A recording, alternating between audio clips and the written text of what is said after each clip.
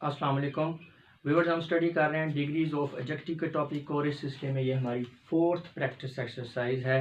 Practice exercise इसलिए कि इससे पहले इस टॉपिक के ऊपर डिटेल से हमने स्टडी किया है। इस टॉपिक को पीछे जो है पिछली वीडियोस के अंदर इसकी थ्योरी को पढ़ा है।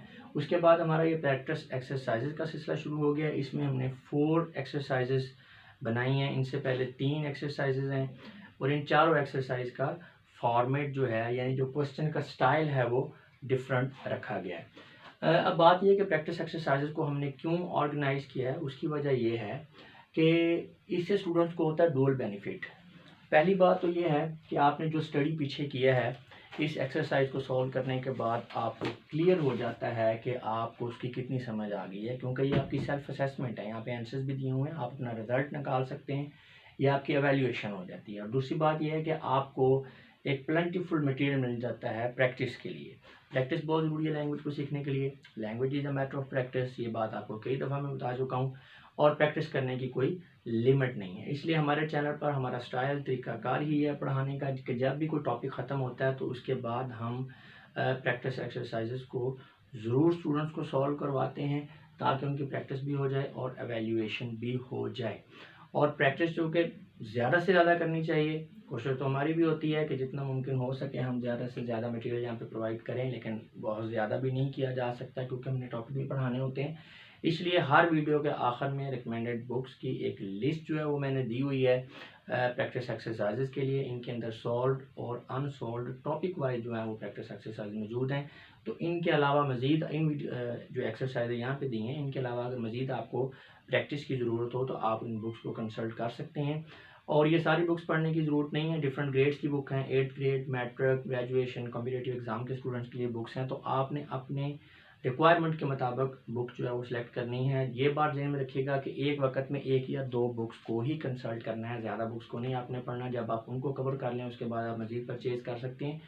बेहतरीन तरीकाकार ये है कि बुक स्टॉल पर जाएँ, सारी बुक्स को निकलवा लें, एक आध दफ़ा उनको देख लें, आपको अंदाज़ा हो जाएगा कि कौन सी बुक आपको सूट करती है। तो अपनी सूटेबिलिटी और अपनी रिक्वायरमेंट को देखते हुए आप अपनी जो है वो बुक को सिलेक्ट करें। वैसे यहाँ पर भी काफ़ी मटेरियल है। बहुत से स्टूडेंट का मसला तो जो है वो यहाँ वाली जो यहाँ पे इस चैनल पे दी गई है एक्सरसाइज, उनको सॉल्व करने के बाद ही हल हो जाता है। एक से ज़्यादा प्रैक्टिस एक्सरसाइज देने का मकसद ये होता है कि जब आप एक एक्सरसाइज को सॉल्व करते हैं उसके बाद अगर तो रिजल्ट आपका अच्छा आ रहा तो आप उसके बाद दूसरी के बाद तीसरी के बाद चौथी चलते जाते हैं। लेकिन अगर किसी एक्सरसाइज पे आपका रिजल्ट अच्छा नहीं आता तो फिर आप क्या करेंगे, आप दोबारा उस टॉपिक को पीछे जाएं, दोबारा टॉपिक को पढ़ें यानी इस टॉपिक को रिवाइज करें, उसके बाद नेक्स्ट वाली जो है अगली एक्सरसाइज सॉल्व करें और फिर उसके रिजल्ट को और पीछे वाले जो एक्सरसाइज है उसके रिजल्ट को आप कंपेयर करें। कंपैरिजन से आपको समझ आ जाएगी कि जब आपने रिवाइज किया है तो क्या कितना इम्प्रूव किया है।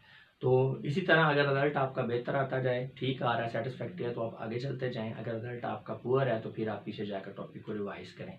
तो अब आते हैं हम इस एक्सरसाइज की तरफ। इसमें भी बिल्कुल ऐसे ही है।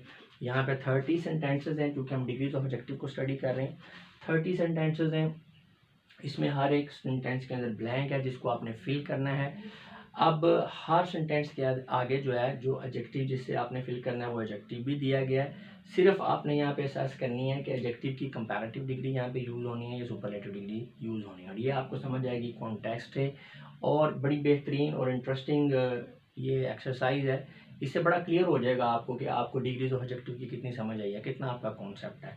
तो पॉजिटिव डिग्री सबकी दी हुई है। आपने इन जो ब्लैंक्स हैं इनके अंदर या कंपैरेटिव डिग्री लगानी है या सुपरलेटिव डिग्री लगानी है। और ये आपको कैसे पता चलेगा, ये पता चलेगा आपको पिछले जो आपने टॉपिक पढ़े हैं उससे आपका जो कॉन्सेप्ट डेवलप हो गया है तो उस कॉन्सेप्ट की मदद से आप यहाँ पे लगाएंगे। कॉन्टेक्स्ट को देखते हुए, सियाक व सबाक को देखते हुए यहाँ पे आपने डिग्री को यूज़ करना है। और ये यहाँ पे आंसर्स भी दिए गए हैं, आपने आंसर्स को नहीं देखना, पहले स्क्रीनशॉट लें, स्क्रीनशॉट के बाद आप आंसर्स को छुपा लें।